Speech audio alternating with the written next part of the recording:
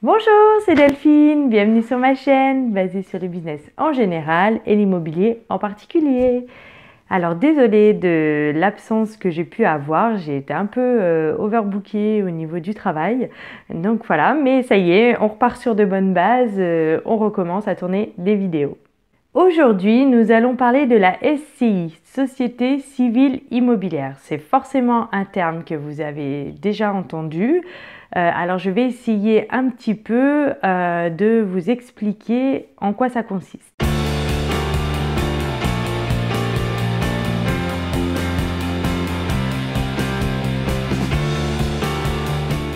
La SCI est une personne morale, c'est-à-dire qu'elle a une existence juridique propre. Elle est constituée au minima de 2 personnes, chacun ayant le statut d'associé. Le but de la SCI est la gestion d'un ou plusieurs biens immobiliers. Les biens immobiliers sont détenus par la SCI et chacun des associés reçoit des parts sociales proportionnelles à leur apport. Les associés désignent un gérant qui sera là pour s'occuper de la gestion courante des biens. Alors, qu'est-ce que j'appelle gestion courante? La gestion courante, ça peut être la mise en place de locataires, par exemple, les petites réparations qu'il peut y avoir à effectuer, voilà, ce genre de choses. Il faut savoir que les dettes et les bénéfices engendrés par la SCI seront répartis aux associés à hauteur de leur part sociale. Dans quel but monter une SCI? C'est intéressant de faire une SCI lorsque l'on souhaite différencier notre patrimoine personnel de notre patrimoine professionnel ou lorsque l'on souhaite faire un projet immobilier commun avec différentes personnes d'une même famille ou non. La SCI va permettre d'organiser la propriété entre différents associés. Elle va la répartir suivant l'apport de chacun en différentes parts sociales qui seront proportionnelles à cet apport. Dans le cadre d'une succession, la transmission de biens est facilitée au sein de la SCI.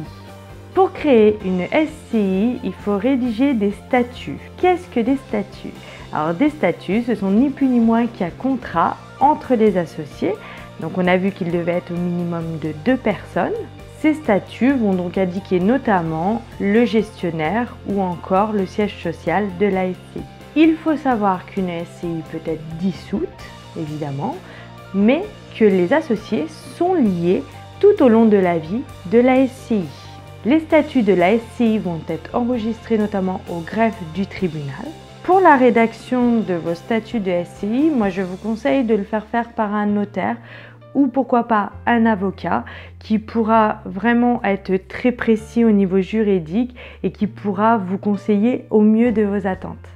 Lorsque l'on souhaite acquérir un bien par le biais d'une SCI en faisant appel à un prêt immobilier, il faut savoir que l'obtention de ce prêt est facilitée pour une SCI. Alors pourquoi il est facilité? Parce que il y a plusieurs associés dans cette SCI, donc plusieurs sources de revenus et donc plus de garanties pour la banque. La SCI est une bonne alternative à l'achat en indivision. Alors pourquoi? Tout simplement parce que la gestion d'un bien en indivision est beaucoup plus compliquée que lorsque nous sommes en SCI. En effet, lorsque nous sommes en indivision et que nous souhaitons gérer un bien, il faut obtenir l'accord de tous les individus. Ça peut être parfois problématique, notamment dans le cas de la gestion courante, j'en reviens à ça. Si on doit mettre des locataires en place ou quoi, il faut que tous les individus donnent leur accord, etc.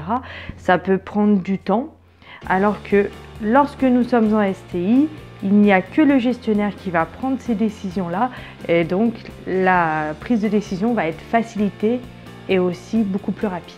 Il faut savoir quand même qu'une assemblée générale doit être tenue chaque année en présence de tous les associés. Encore une fois, si vous avez le projet d'acheter à plusieurs, la SCI peut être un bon compromis pour vous pour protéger aussi les intérêts de chacun. Une SCI peut être donc familiale si vous êtes plusieurs membres d'une même famille, ou la SCI peut être montée avec différents partenaires de business qui ne sont absolument pas membres de votre famille. Voilà, c'est fini pour aujourd'hui. Alors j'espère que cette vidéo vous aura un petit peu éclairé sur la SCI, même si elle reste succincte, ça permet de dépoussiérer un petit peu le sujet. Je tenais à remercier les plus de 300 abonnés. Franchement, je suis émerveillée, merci beaucoup. Ça me fait énormément plaisir. Je vais essayer de vous mettre un petit peu plus de contenu, du moins plus régulièrement. Je pourrais essayer de le faire.